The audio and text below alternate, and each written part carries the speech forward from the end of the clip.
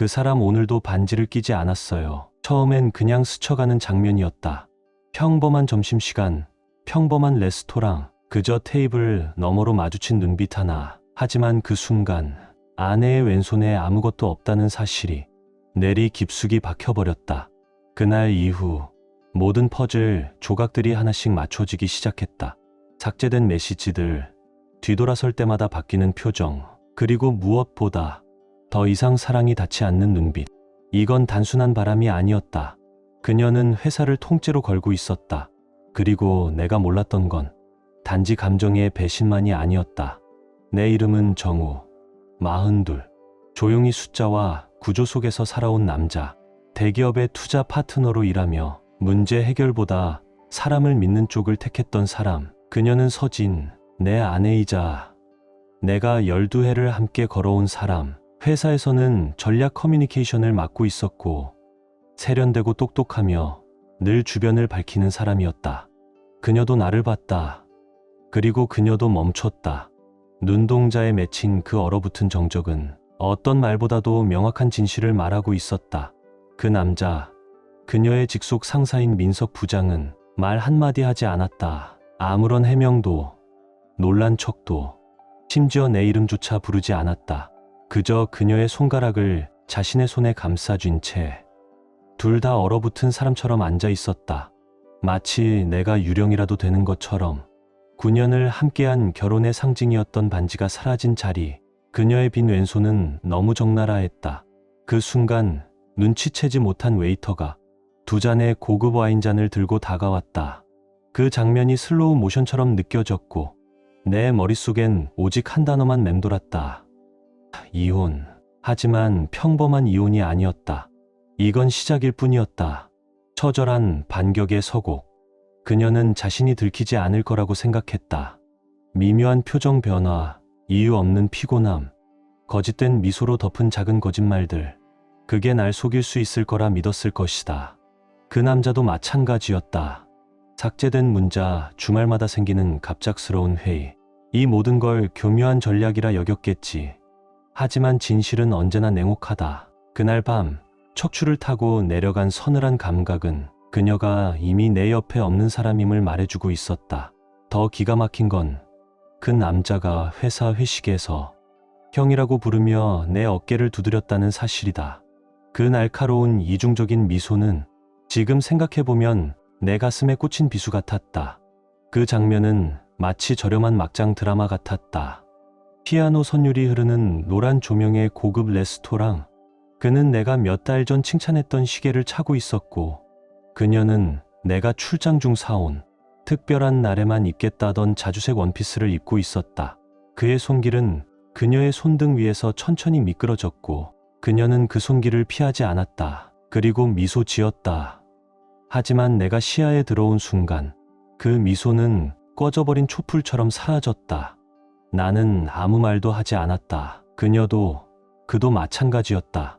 단지 멀찍이서 그 장면을 지켜봤다. 내가 그 공간의 일부가 아닌 듯한 기분, 배신당한 사람의 무력감만 남아있었다. 주변 사람들의 시선이 느껴졌고 웨이터는 머뭇거렸다. 그 순간 나는 등을 돌리고 조용히 자리를 떠났다. 그 순간 내 안에서 무언가 부서졌다. 다시 붙일 수 없는 금이 아주 깊고 날카롭게 마음을 가로질렀다. 그녀는 몰랐다. 아니, 그 누구도 몰랐다. 자신들이 잘못 건드린 사람이 누구였는지. 나는 흔히들 말하는 참는 남편이 아니었다. 배신을 침묵으로 삼키는 그런 사람은 아니었다. 나는 준비되어 있었다. 치밀하게, 냉정하게. 그 다음 날 나는 전쟁터에 나가는 병사처럼 출근했다. 언제나처럼 정장을 입고 커피를 들고 미소를 지으며. 그녀도 그 남자도 그 자리에 있었다. 언제나처럼. 서진은 민석 부장을 바라보며 웃고 있었고 그는 아무 일 없다는 듯 그녀의 보고를 듣고 있었다. 하지만 그 누구도 몰랐다. 2년 전 회사가 위기에 처했을 때 나의 비공식 투자로 회사를 살렸고 그 대가로 나는 지분 20%의 대주주가 되었다는 사실을. 나는 언제나 조용한 사람이었다. 표면에 나서지 않았고 허울뿐인 자리에는 관심 없었다. 하지만 그날 나는 움직였다. 이사회를 긴급 소집했고 모든 증거를 꺼내놓았다. 카드 결제 내역, 메시지 기록, 출장 명목의 호텔 영수증, 회사의 자산을 사적으로 사용한 증거, 업무상 부적절한 관계로 인해 조직에 끼친 악영향. 내 말 하나하나가 민석의 자존심을 정두준했다. 그리고 서진을 호출했을 때 회의실의 공기는 숨조차 쉴 수 없을 만큼 얼어붙었다. 그녀가 문을 열고 들어와 내가 테이블 맨 앞자리에 앉아 있는 걸 봤을 때 그녀의 얼굴에서 피가 사라지는 걸 눈으로 확인했다. 나는 차갑고 담담하게 말했다. 두 분 모두 오늘부로 해고입니다. 정적. 그 순간 나는 그들에게 진짜 나를 보여주었다. 숨겨진 투자자, 이 회사를 구한 이름 없는 손, 그리고 배신당한 남편. 그들이 고개를 숙일 때 그 수치심은 복수라기보다 정의에 가까웠다. 서진은 말을 잇기 시작했다. 그건 실수였다고, 순간의 방황이었다고. 하지만 나는 그녀의 말을 듣지 않았다. 그녀의 모든 변명은 이제 내 것이 아닌 심장에 닿지 않았다. 그녀의 눈에는 후회가 없었다. 오직 두려움, 안락함과 명예, 안정감을 잃은 사람의 불안함. 지금 옆에 있는 남자가 더 이상 권력을 쥐지 못한다는 불안. 그날 이후 사내에는 소문이 돌기 시작했고 언론까지 냄새를 맡았다. 이미지 위기, 부정 지출, 윤리 위반. 하지만 나는 침착했다. 내게는 계획이 있었고 나는 숨길 것이 없었다. 그리고 그들이 결코 예상하지 못한 일이 며칠 후 조용히 일어났다. 피로가 욕망을 이기던 밤에도 우리 사이엔 여전히 애정이 있었다. 식탁 아래에서 엇갈리던 손끝, 잠들기 전 짧지만 진한 입맞춤. 그 모든 건 아직 괜찮다는 착각 속에서 반복되었다. 우리는 스스로를 속이고 있었다.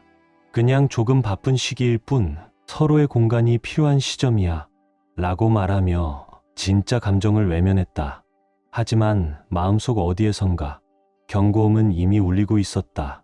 그날도 평범한 날이었다. 정우는 늘 하던 대로 커피를 내리고 식탁 위엔 작은 메모를 남겼다. 오늘도 힘내요. 점심은 같이 먹을까? 그는 출근을 서두르던 서진의 손에 작게 쥐어주는 걸 잊지 않았다. 서진은 미소 지었지만 그 웃음엔 어디서 본 듯한 어색함이 섞여 있었다. 며칠 후 서진은 늦게 귀가했다. 늦은 시간에도 그녀는 화장이 번지지 않았고 코트엔 와인의 흔적이 남아 있었다. 팀 프로젝트 때문에 야근했어. 그녀는 짧게 말했다. 질문이 길어지기도 전에 욕실로 사라졌다. 정우는 식탁에 준비해 놓은 국을 치우며 스스로를 다독였다. 괜찮아. 바쁜 거지. 나도 바쁘니까. 하지만 어딘가에서 혼자 식사하는 습관이 생겨버린 자신을 발견했다. 그리고 그 새로운 임원이 왔다. 민서, 젊지만 단단한 카리스마. 말수는 적지만 존재감이 짙은 사람이었다. 팀 회의 시간이 늘어났고 점심자리는 늘 그와 함께였고 서진은 점점 더 프로젝트에 몰입해갔다. 정우는 한 회사 행사에서 민석을 처음 봤다. 악수는 형식적이었고 서진과의 시선 교환은 아주 짧았지만 이상할 정도로 복잡한 감정을 담고 있었다. 그날 밤 정우는 부엌에서 서진이 휴대폰을 뒤적이다가 무언가를 급히 닫는 모습을 보았다. 그는 말하지 않았다. 다만 아주 작은 의심이 가슴에 하나의 점처럼 찍혔다. 그 점은 며칠 후 또 다른 장면에서 조용히 번져갔다. 정우는 평소보다 일찍 퇴근했다. 비가 조금씩 내리는 금요일 저녁, 그는 와인을 사들고 집에 들어갔다. 서프라이즈로 분위기 한번 바꿔볼까? 그가 문을 열었을 때 서진은 부엌에 없었다. 조명은 꺼져 있었고 현관엔 그녀의 구두가 놓이지 않았다. 시간은 8시 반, 문자도 통화도 없었다. 그는 무심코 거실 소파에 앉아 TV도 켜지 않은 채 앉아 있었다. 1시간 후 서진은 들어왔다. 옅은 미소. 팀 미팅이 길어졌어. 정우는 아무 말도 하지 않았다. 와인병은 이미 치워졌고 잔도 꺼내지 않았다. 그는 묻고 싶었다. 왜 오늘은 연락하지 않았어? 그 사람과 있었던 거야? 하지만 그는 묻지 않았다. 대신 고개를 끄덕이며 말했다. 고생했어. 그날 밤 서진은 먼저 잠들었다. 정우는 창밖을 바라보며 책상 앞에 앉아 있었다. 열려있는 노트북 화면엔 그녀와 찍은 여행 사진이 떠 있었다. 노을 속에서 환하게 웃던 서진의 얼굴. 지금의 그녀와는 어딘가 조금 달라 보였다. 정우는 천천히 그 사진을 닫았다. 그리고 아무것도 남기지 않은 채 화면을 껐다. 다음 날 정우는 혼자 카페에 앉아 있었다. 커피잔 앞엔 그가 늘 들고 다니는 노트가 놓여 있었다. 그는 거기에 이렇게 적었다. 가장 위험한 침묵은 말이 없는 게 아니라 마음이 없는 것이다. 요즘 서진은 자주 집에서 일을 했다. 하지만 이상하게도 그녀가 머무는 방엔 일하는 소리가 들리지 않았다. 정우는 퇴근 후 조용히 문틈으로 들여다봤다. 불은 켜져 있었지만 그녀는 책상 앞에 없었다. 창가 쪽에 기대 앉아 휴대폰만 들여다보고 있었다.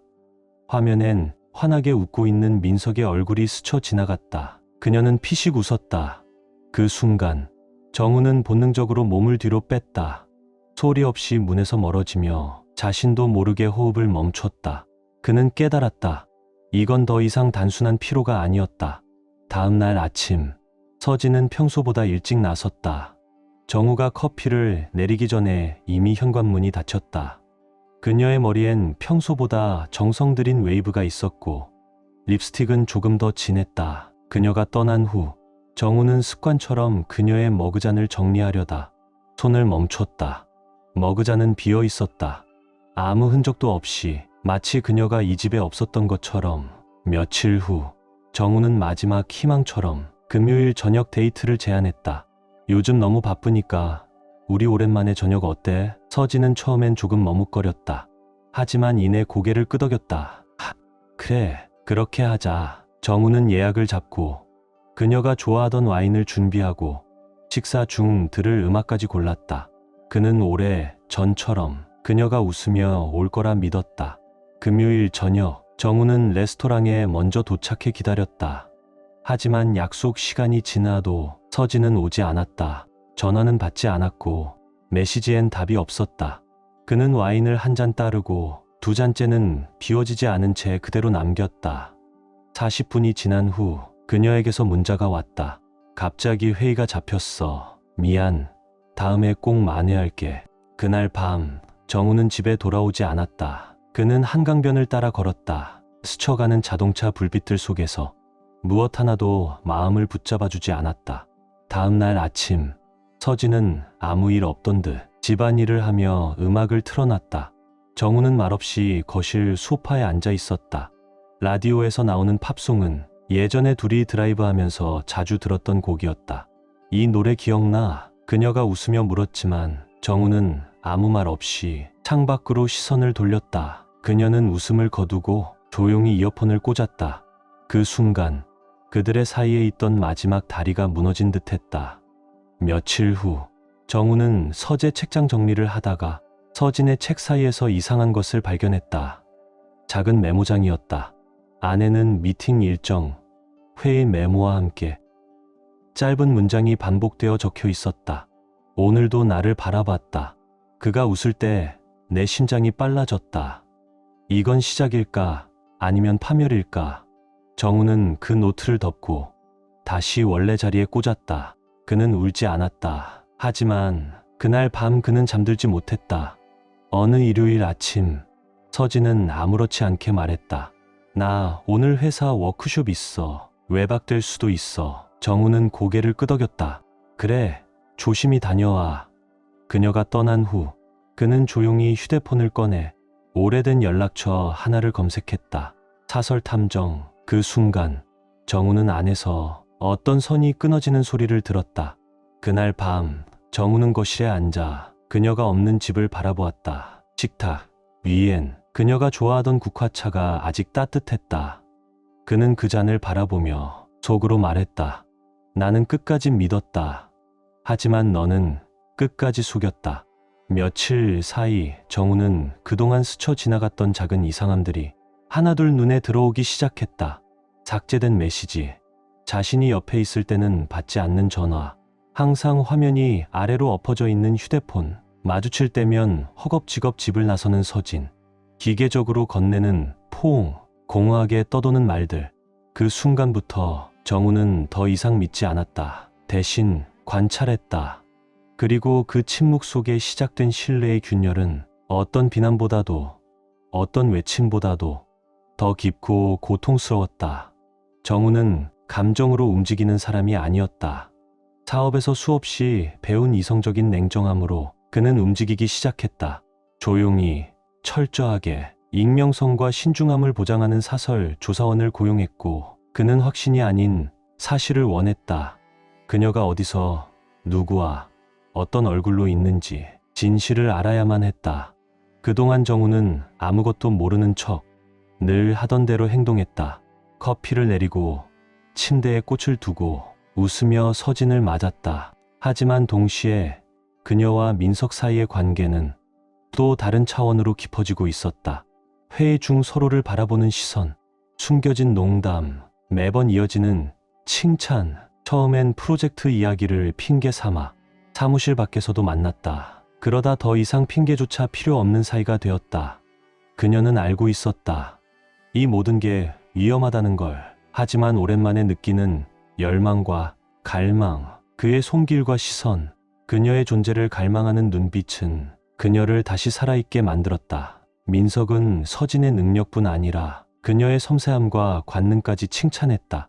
그의 말은 오래 잠들어 있던 무언가를 깨웠다. 그녀는 저항하지 않았다. 오히려 빠져들었다. 그리고 어느 순간부터 정우는 그녀의 생각 속에 존재하지 않았다. 그녀는 스스로에게 말했다. 이건 잠깐일 뿐이야. 지나가면 끝날 거야. 하지만 그건 거짓이었다. 회색 하늘 아래 조용한 아침, 정우는 보고서를 받았다. 사진, 일정표, 대화 녹취, 호텔 예약 내역, 근무 시간 중 주고받은 메시지, 서로를 향한 은밀한 시선들. 그는 손을 어디에 두어야 할지도 몰랐다. 울어야 할지, 소리쳐야 할지, 아니면 그저 웃어야 할지. 하지만 그는 아무것도 하지 않았다. 서류를 덮고 깊게 숨을 들이쉰 후 서랍 안금고에 조용히 넣었다. 아직 때가 아니었다. 배신은 너무도 분명했지만 그는 알 수 없는 감정을 느꼈다. 이건 단순한 외도 이상의 무언가, 표면만이 아니라 더 깊은 어딘가에 숨겨진 진실. 그래서 기다렸다. 그들이 어디까지 가는지 지켜보기로 했다. 그리고 행동하기로. 기회는 곧 찾아왔다. 임원급 연례 만찬. 정우는 연설자로 초청된 자리였다. 그날 서진은 민석과 함께 나타났다. 공식적인 제스처는 없었지만 그들 사이엔 명백한 친밀감이 있었다. 그녀의 눈빛엔 익숙함이, 그의 말투엔 은밀한 소유욕이 묻어났다. 정우는 멀리서 그 장면을 지켜봤다. 아무 말도 하지 않았다. 그저 조용히 웃으며 인사를 건넸다. 서진은 순간 눈빛이 흔들렸지만 곧 아무 일 없었다는 듯 웃었다. 민석은 과장된 악수로 승자의 여유를 보였다. 정우는 그 손을 가볍게 쥐고 놓았다. 그게 전부였다. 하지만 그 밤 이후 모든 것이 변하기 시작했다. 다음 날 아침, 정우는 회사 회의에 참석하기 위해 일찍 출근했다. 이사회 전용 엘리베이터를 타고 올라가던 중 전략 회의용으로 예약된 레스토랑을 스치며 그 장면을 봤다. 햇살이 유리잔에 반사되던 그 공간, 오전 10시도 되지 않은 시간에 서진과 민석이 마주 앉아 있었다. 그의 손은 그녀의 손등을 감싸고 있었고 서진의 왼손엔 반지가 없었다. 정우는 순간 자신이 꿈을 꾸는 줄 알았다. 하지만 아니었다. 그는 움직이지 않았다. 멈춰서 그 장면을 조용히 바라봤다. 그들은 처음엔 그가 있는 줄 몰랐다. 하지만 그녀의 시선이 그를 발견한 순간 시간이 멈춘 듯했다. 그녀는 얼어붙었고 민석은 손을 거두려 했지만 이미 늦었다. 그녀의 눈은 그의 눈을 찾았지만 그 안에는 따뜻함도 분노도 없었다. 오직 차가운 침묵. 정우는 아무 말도 하지 않았다. 단 한마디도. 그저 길게 묵묵히 바라보다가 돌아서서 그 자리를 떠났다. 그날 오후 하늘이 아닌 그의 마음속에서 폭풍이 시작됐다. 이제는 모든 조각이 움직일 준비를 마쳤다. 그는 행동에 나설 것이었다. 서진은 아직 몰랐다. 그녀가 건드린 사람이 어떤 힘을 가진 사람인지, 그리고 그가 아직 꺼내지 않은 마지막 카드가 무엇인지도. 서진과 그의 상사를 레스토랑에서 마주한 그날 밤, 정우는 집으로 돌아가지 않았다. 불 꺼진 도로를 따라 서울 외곽까지 무작정 운전했다. 차 창밖으로 스쳐가는 가로등의 불빛이 마치 과거의 조각처럼 지나갔다. 감정은 복잡하지 않았다. 분노도 아니었고 충격도 아니었다. 오히려 기묘할 정도의 정적. 그는 강가 근처의 한적한 주차장에 차를 세우고 시동을 끈 채 그대로 앉아 있었다. 앞좌석엔 여전히 회사 탐문 보고서가 놓여 있었고 사진들, 대화 기록들, 모든 게 아직 손에 남아 있었다. 그러나 정우는 아무것도 잊지 않았다. 그저 눈을 감았다. 긴 전쟁이 막 끝난 듯한 피로가 몰려왔다. 그날 밤 그는 차 안에서 잠이 들었다. 난생 처음 스스로 집이 아닌 곳에서 밤을 보냈다. 다음 날 아침, 정우는 서울 외곽에 위치한 오래된 아파트로 향했다. 그곳은 생전에 어머니가 살던 곳이었다. 그는 아무에게도 말하지 않았다. 회사에도, 친구에게도, 심지어 서진에게도. 문을 열자 오래된 나무 바닥에서 삐걱이는 소리가 났고 책장엔 바래진 소설들과 향기 없는 향초가 남아 있었다. 그는 이틀간 말없이 그곳에 머물렀다. 창밖으로는 버스가 지나가고 바람에 흔들리는 나무잎 소리만이 배경이 되었다.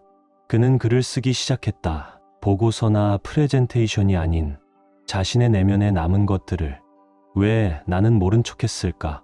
언제부터 우린 서로를 잃어갔을까? 나는 진짜 괜찮은 남편이었을까? 그는 서진에게 쓰지 않았던 편지를 마음속에서 몇 번이나 썼다. 그리고 다시 찢었다. 용서를 구하는 편지도 아니었고 비난의 글도 아니었다. 그저 놓아주는 연습이었다. 셋째 날 밤, 그는 결국 집에 돌아왔다. 집은 평소와 똑같았다. 서진의 화장품이 화장대 위에 놓여 있었고 냉장고 안엔 그녀가 좋아하는 유자차도 있었다. 그녀는 이미 잠든 듯 조용했고 정우는 아무 말 없이 소파에 앉아 밤을 새웠다. 다음 날 아침, 서진은 마치 아무 일도 없었던 듯 커피를 내렸다. 그러나 그녀의 동작은 다소 불편해 보였고 눈빛은 흔들리고 있었다. 오늘도 일찍 나가야 해. 그녀는 말했다. 정우는 대답하지 않았다. 대신 눈을 바라봤다. 그녀는 고개를 돌렸다. 그날 저녁, 정우는 자신의 명의로 된 법인 계좌를 확인하고 이사회 자료를 정리하기 시작했다. 무언가 움직이기 시작했다. 며칠 뒤, 그는 회사를 찾아가 이사 중 한 명과 조용히 점심을 함께 했다. 그 자리에서 정우는 조용히 말했다. 이제 내가 움직일 차례입니다. 그의 눈빛엔 더 이상 감정이 없었다. 그저 정리된 의지. 그날 밤, 그는 아파트로 돌아와 조용히 자신의 노트북을 열었다. 이사회 요청 공문, 증거 파일 정리, 그리고 마지막으로 그는 새로 만든 문서의 제목을 입력했다. 윤리 위반 및 긴급 해임 요청안. 그날 밤, 창밖에는 비도 바람도 없었다. 그러나 정우의 내면에선 이미 거대한 폭풍이 조용히 시작되고 있었다. 맑은 날이었다. 하지만 그 초봄의 햇살조차 그날 오후에 벌어질 일을 예고하지 못했다. 정우는 회사 건물에 도착했다. 걸음은 단단했고 표정은 고요했다. 마치 더 이상 흔들릴 여지가 없는 목적을 안고 걷는 사람처럼. 그는 짙은 네이비 수트에 넥타이 없이 오래된 가죽 서류 가방을 손에 들고 있었다. 그 가방은 그가 아직 충성이라는 단어를 믿고 살던 시절부터 함께했던 물건이었다. 아무도 몰랐다. 그날의 회의가 정우가 직접 요청한 자리였다는 걸. 배신이 더 이상 의심이 아닌 명확한 증거와 진실로 바뀐 그날부터 모든 것이 조용히 치밀하게 준비되고 있었다. 명분은 구조 개편에 대한 발표. 전 임원이 참석해야 했고 물론 민석 실장과 서진도 포함되어 있었다. 서진은 위기 대응 경험이 필요하다는 명목으로 초대받았다. 하지만 진짜 이유는 그 자리에 그녀가 반드시 있어야 했기 때문이었다. 정우는 마지막에 입장했다. 모든 시선이 그에게 향했고 존중과 긴장감이 공존했다. 그는 침착하게 프레젠테이션을 시작했다. 재무지표, 성장 전략, 구조조정 계획. 회의는 전형적인 전략 회의처럼 보였다. 그러던 중 화면이 바뀌었다. 차트 대신 등장한 것은 호텔 로비의 CCTV, 업무 시간 중에 문자 내역, 회사 돈으로 결제된 외부 미팅 영수증이었다. 정적. 몇몇은 눈을 피했고 몇몇은 얼어붙은 채 화면을 바라봤다. 서진은 처음엔 이해하지 못했다. 하지만 스스로의 얼굴이 화면에 뜨는 순간 몸을 의자 뒤로 움츠리듯 물렸다. 마치 사라지고 싶은 듯한 표정으로. 민석은 턱을 들고 버티려 했지만 손끝의 떨림은 숨기지 못했다. 정우는 말없이 서 있다가 드디어 입을 열었다. 조용하고 단호하게. 그는 이 자료들이 윤리와 회사의 신뢰를 어떻게 훼손했는지 설명했다.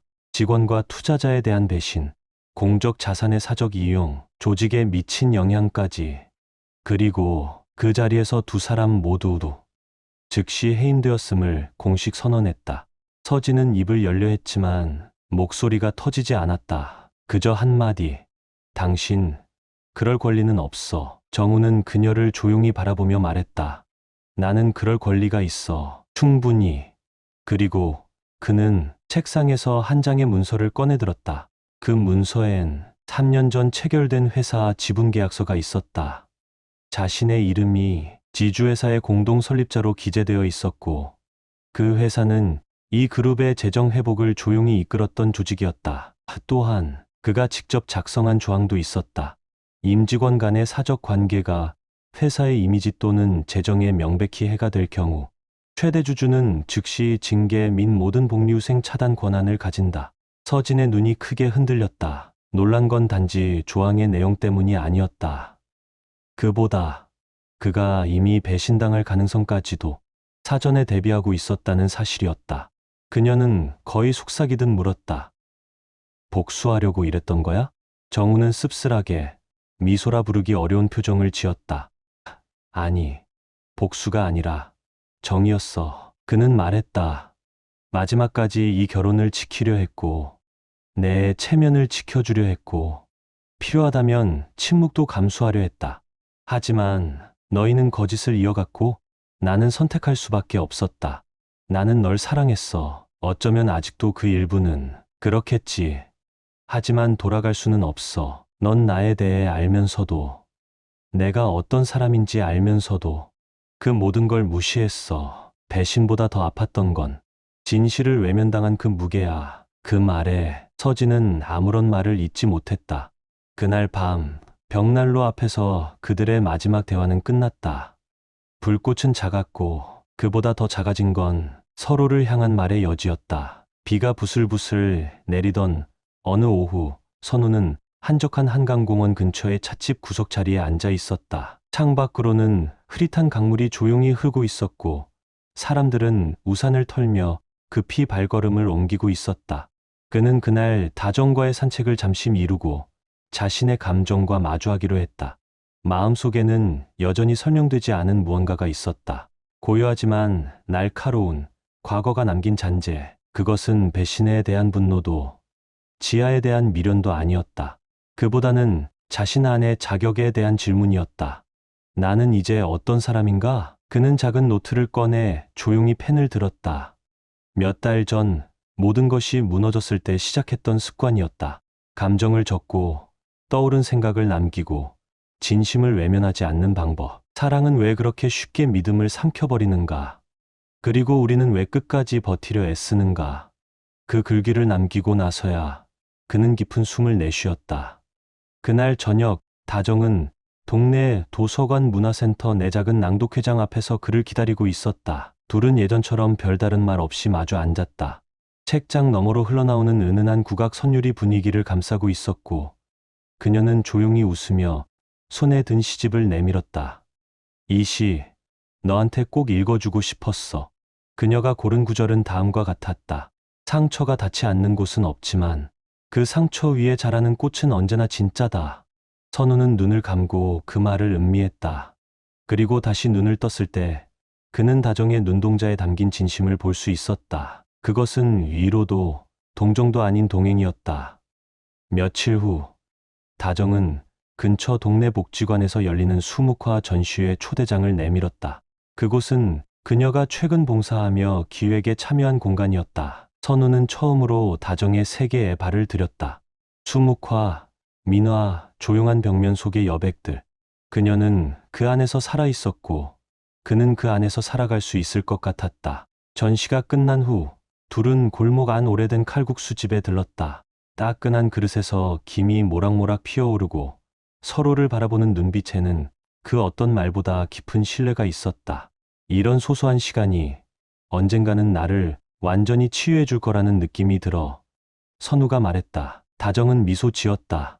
그럴 거야. 우리는 고장난 걸 고치고 있는 게 아니라 새로운 걸 만들어가고 있는 거니까. 어느 늦은 밤, 선우는 자신도 모르게 다정에게 말했다. 내가 잃은 것들을 기억하는 대신 내가 내게 준 것들을 기억하고 싶어. 그녀는 대답 대신 조용히 그의 손을 잡았다. 그날 이후 선우는 일상 속의 소소한 순간들에 더 깊이 몰입했다. 아침 햇살 아래 손수 끓인 보리차를 따르고 다정과 함께 전통시장을 걸으며 고구마를 고르고 동네 작은 공원 벤치에 나란히 앉아 노트에 마음을 담아 써내려갔다. 그의 삶은 비로소 의무가 아닌 선택이 되었다. 이제 선우는 매일매일을 살아내며 천천히 그러나 확실히 자신만의 정체성을 다시 세워가고 있었다. 그는 여전히 자신에게 묻는다. 나는 누구인가? 하지만 이제 그 질문은 불안이 아닌 가능성으로 가득 차 있다. 그리고 그 곁에는 늘 다정이 있었다. 그의 눈물이든 미소든 모두 함께 안아줄 수 있는 진짜 동반자. 그는 세라와 함께 자주 앉았던 바위에 도착했다. 거기에서야 그는 조용히 편지를 꺼내 펼쳤다. 서진의 글씨는 여전히 곱고 단정했다. 하지만 글자 곳곳엔 번진 잉크 자국이 있었다. 그 흔적은 단순한 실수가 아닌 눈물의 흔적임을 알 수 있었다. 편지는 짧지도 길지도 않았다. 그녀는 변명하지 않았다. 그저 솔직하게 말했다.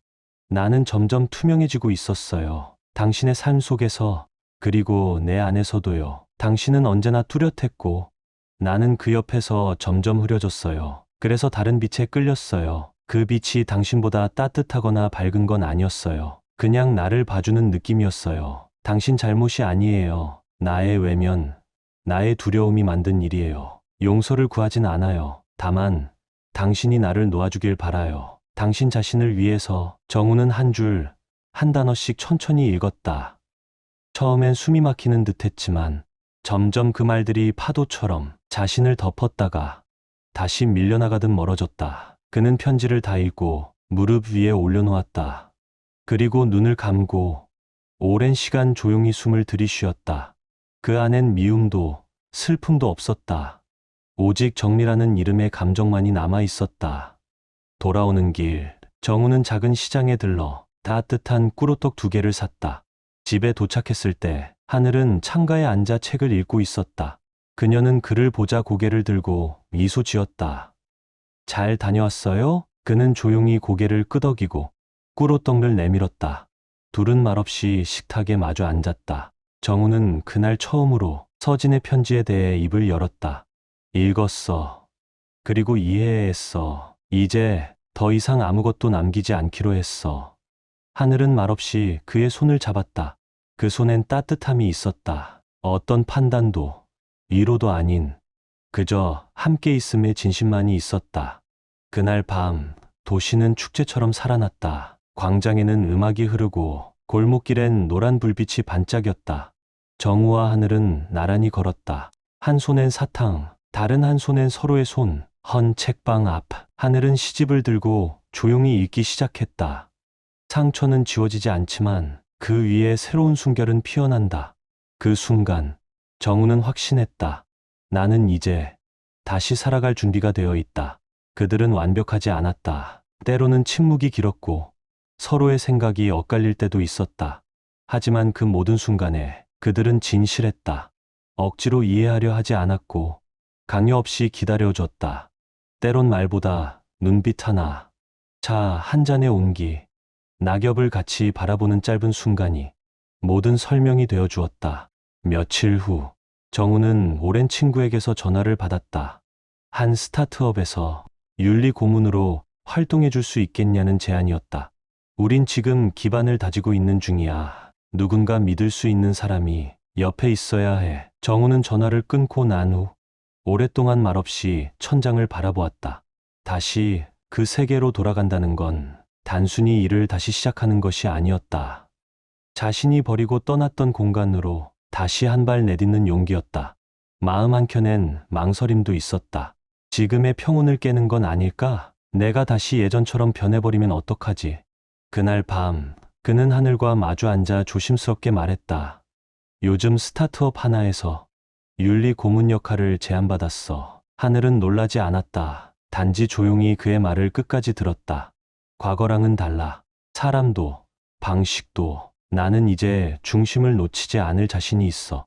하늘은 미소 지으며 말했다. 당신이 중심을 지킨다면 어디든 괜찮아. 그 한마디는 그 어떤 조건보다 강한 확신이었다. 정우는 처음으로 다시 세상과 연결될 준비가 되어 있다는 걸 느꼈다. 그는 제안을 수락했다. 단, 명확한 조건을 달았다. 나는 주 3일만 출근합니다. 자유와 고요한 일상을 지키고 싶어요. 회사는 흔쾌히 수락했다. 그의 이름이 주는 신뢰는 그 어떤 회의보다도 큰 무게를 가졌다.